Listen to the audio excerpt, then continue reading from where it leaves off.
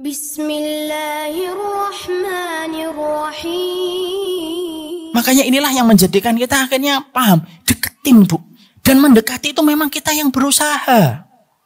Saya punya guru, tidak setiap guru saya, maaf ya saya cerita. Ada ustadz-ustadz yang saya jadikan referensi untuk saya. Ada salah satu di antara ustadz-ustadz yang saya jadikan guru. Itu kalau jawab BA itu bisa berhari-hari. Ya mungkin kurang lebihnya kayak saya juga kelihatannya. Tapi ya tetap sabar. Saya jawab, Ustadz gimana kabarnya? 2 hari 3 hari baru dijawab. Nggak apa-apa. Gimana Ustadz? Pas lagi dijawab saya jawab, bisa nelpon nggak Ustadz ngobrol? Oh bisa, telepon. Sehingga akhirnya kalau sudah tercipta semacam itu, akhlak kita sebagai penuntut ilmu, barokahnya dapat Bu. Dan barokah itulah yang akan menjadikan kita terlindung dari berbagai macam fitnah. Kita kan tidak pernah tahu kapan fitnah itu akan datang. Bisa jadi fitnah itu ada di luar masjid, bisa jadi fitnah itu ada di pinggir jalan, bisa jadi fitnah kita jumpai di tengah pasar Bu. Kita tidak pernah tahu fitnah itu kapan datangnya. Tapi barokah itu selalu menangkas, selalu menampik semua fitnah itu. Kita itu tidak pernah tahu fitnah Bu. Saya ceritakan sebuah kisah nyata Bu. Fitnah itu kadang datang, tak memberi salam, pulang tak memberi salam. Ada satu jamaah cerita sama saya, menikah 22 tahun Bu. Pernikahannya 22 tahun tuh hancur berantakan. Disebabkan sang suami akhirnya terlibat satu hubungan haram dengan seorang perempuan yang beliau jumpai ketika sedang main olahraga. Padahal suaminya pada dasarnya baik. Apa yang kita ambil pelajaran di situ? Kita tidak merendahkan keluarga ini tapi justru mendoakan. Tapi kita mengambil sebuah pelajaran, itu fitnah Bu. Fitnah itu kita tidak pernah tahu kapan datangnya. Kadang datang tak memberi salam, pulang tak memberi pesan. Kadang di pasar kita bisa mendapatkan fitnah. Dan fitnah itu harus kita tanggung seumur hidup. Kadang fitnah itu datang hanya 5 menit Bu. Tapi kita menanggung resiko dari fitnah itu seumur hidup. Kalau kita paham fitnah itu bisa datang kapan saja. Dan setiap orang itu diselimuti dengan fitnah. Lalu kita tidak berusaha mencari barokah. Loh, antioksidan kita dari fitnah itu kalau bukan barokah itu apa? Paham maksud saya di sini? Kita ini kan butuh antioksidan. Oksidan kita di mana-mana, di sekitar kita. Kita butuh segala sesuatu antioksidannya untuk menangkal radikal aktif. Radikal aktif. Sama, ketika kita paham kehidupan kita itu banyak fitnah-fitnah yang bisa menimpa sama anak kita, fitnah yang bisa menimpa suami kita, istri kita.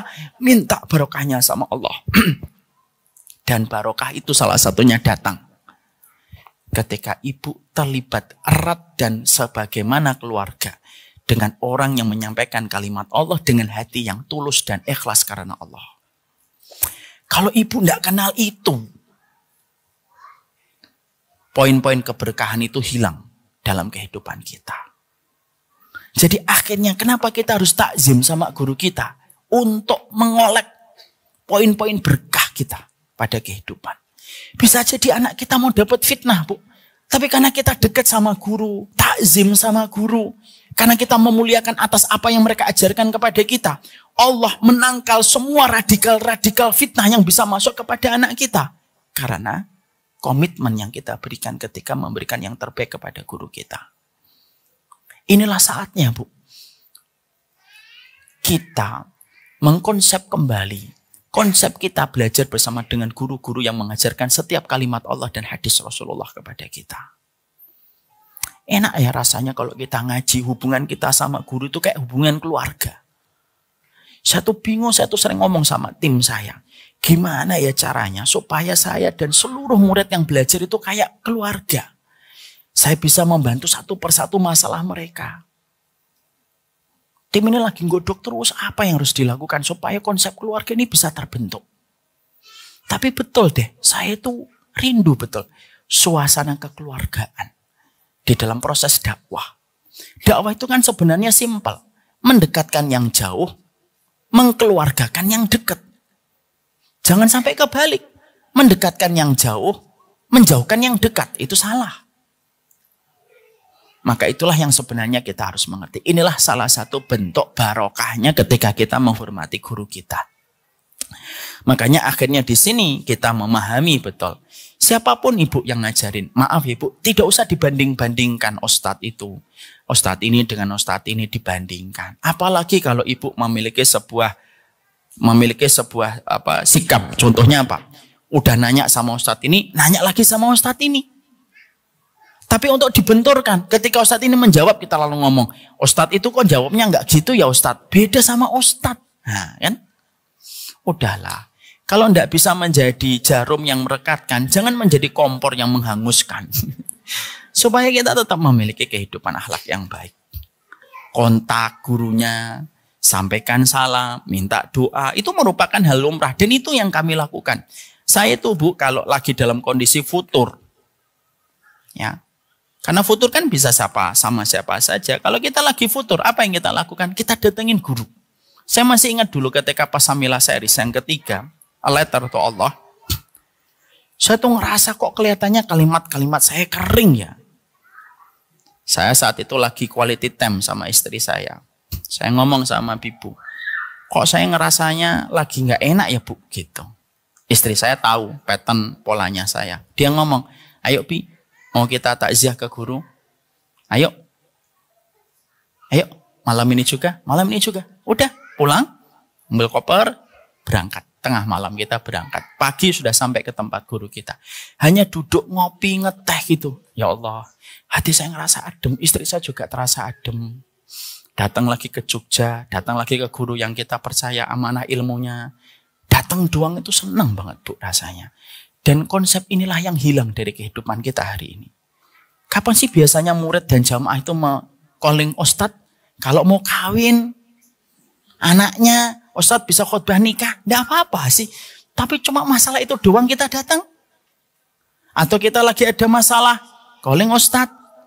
Tapi kita jarang sekali untuk berdekatan di dalam kebaikan dan program-program di jalan Allah. Nah, itulah yang menjadikan kita akhirnya paham.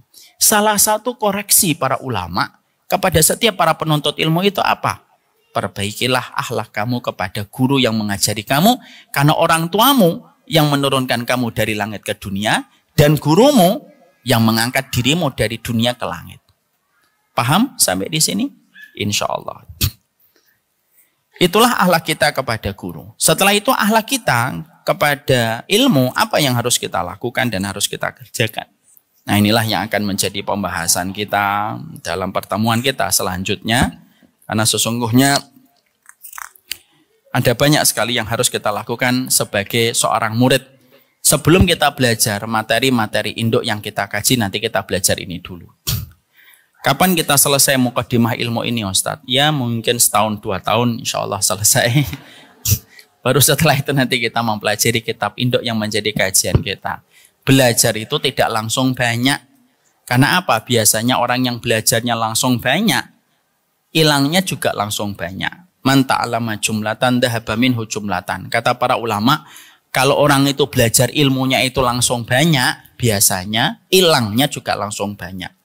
Ya. Makanya ibu enak kalau belajarnya sedikit, karena yang hilang nggak banyak, karena yang didapat cuma sedikit. Nah, enggak gitu. Memang prosesnya ulama walau belajar itu semacam itu. Ini yang dapat saya sampaikan dalam pertemuan hari ini. Semoga setiap para guru yang mengajarkan di sini, siapa aja Bu yang ngajar di sini? Ada Ustadz Ajo Bendri? Ada? Ustadz Daud Rosid? Ustadz Faris Piki? Terus Fatih Karim? Ya. Ustadz Fatih Karim, Ustadz Faris Piki, Ajo Bendri, Ustadz Daud Rosid, Ustadz Felix. Kita doakan semoga mereka diberikan keikhlasan hatinya. Dan kita sebagai murid-muridnya mendapatkan keberkahan di dalam urusan kehidupan kita. Amin insyaAllah.